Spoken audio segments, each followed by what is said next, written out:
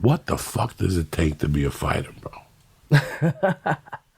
That's crazy, man, that you asked me. I was actually going to say, because a lot of people kind of ask me the same thing. You got a lot of guys on Instagram. Hey, guy, Kelvin, I'm 16, 17 years old, man.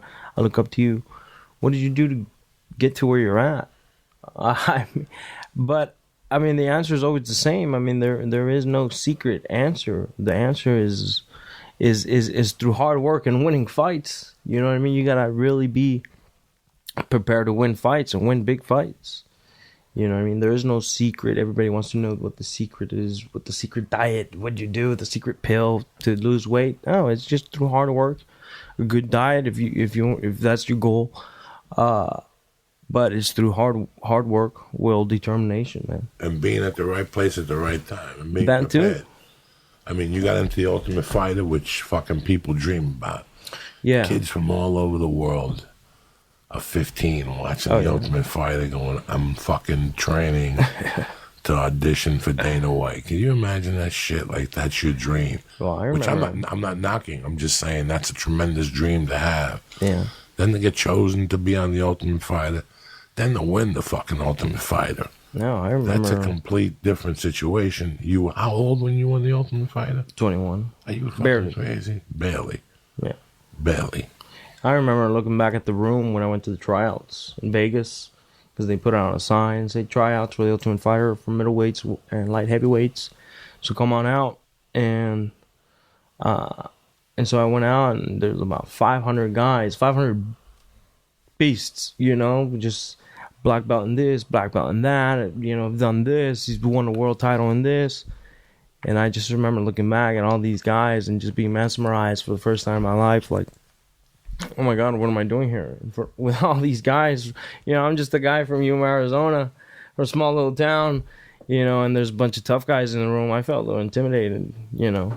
And what did they make you do at the tryouts? Well, they split you up into groups. So the split group, group 1, 2, and 3. You know, for example, they call up group 1. Group 1 goes into a big room, and there's a big room with, you know, at the time, Joe Silva and the matchmakers and the producers of the show as well. And they put group A in the room. There's a big mat in the middle of the room. And Joe Silva would be calling from where he was at. There was a big table, you know. And so he'd be calling so-and-so, go to the mat, and everybody had 2 minutes to wrestle and showcase their skills. Jesus Christ. You know what I mean? A lot of pressure. Wrestle, no punches? No, just jiu-jitsu.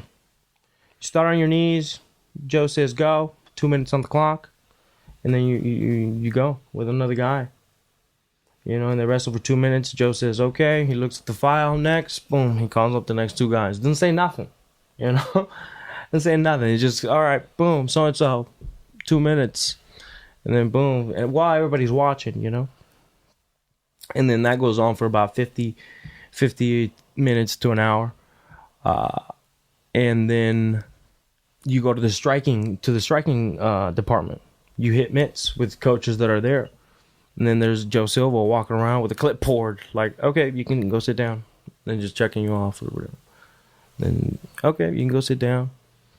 You know, and it's intimidating. It's intimidating. You know, this little guy with a clipboard, you know, and you're super intimidated while he's walking around with his clipboard, checking people off. Because this is your dream, you know. You want to be able to do good. You want to impress him. You know, this is the dream that you've been working for a long time. And then what's the third test?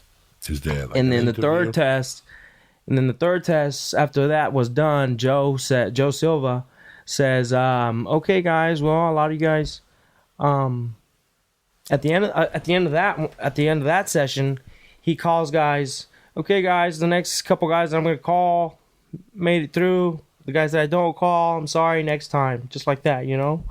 And so they call up about half the group. They call up to go on to the next round. The next round, Joe Silva says it's the hardest part.